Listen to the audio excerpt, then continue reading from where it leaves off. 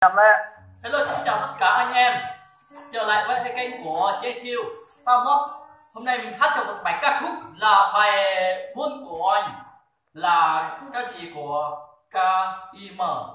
Nếu anh em nào xem vẫn hay thì đừng quên subscribe và theo dõi video tiếp theo nha. Hello. Hãy đây nhanh đô sương rồng rất lâu, đôi vai anh mang nỗi buồn rất lâu. Chân anh lang thang khía bé vờ khóc, chốn nước mắt sầu biết em sợ nơi đâu. Yeah. Đôi khi cô đơn chân anh từng cơn em hơi, bao nhiêu nước mắt để đôi bình yên bên em. Sau bao lần quên tôi đây mình đành lê bước anh đứng gì, cánh tay mình đừng buông ra.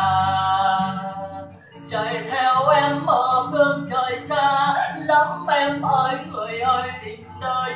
Chạy đi đâu để có niềm vui, vui cho nỗi buồn.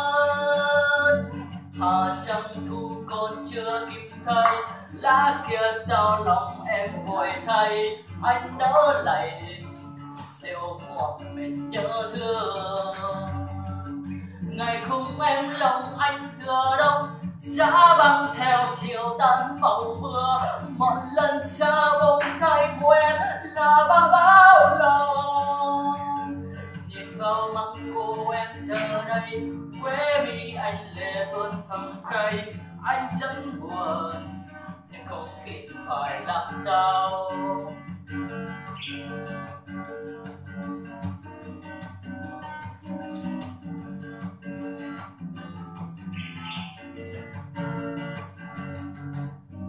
Đôi khi cô đơn trên anh từng cơn em hơi,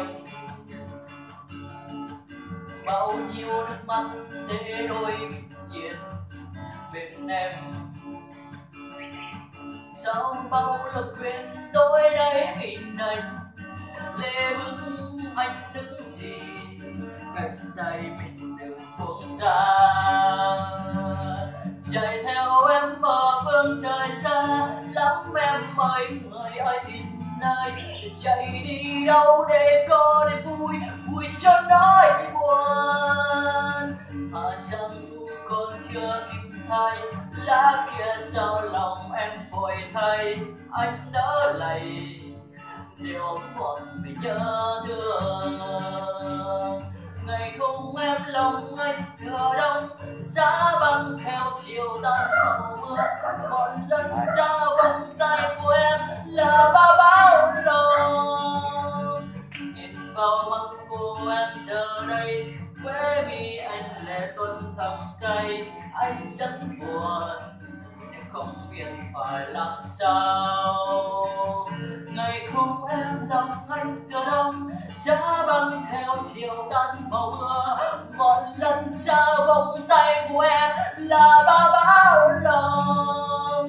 Nhìn vào mắt cô em giờ đây, quê mi anh lệ tuôn thầm cay. Anh rất buồn nhưng không biết phải làm sao. Anh rất buồn nhưng không biết phải làm sao. Hello, hôm nay nhắc kết thúc là chào tất cả anh em. Nếu anh em nào vẫn hay thì đừng tiếp cái kênh để giải biết tiếp theo.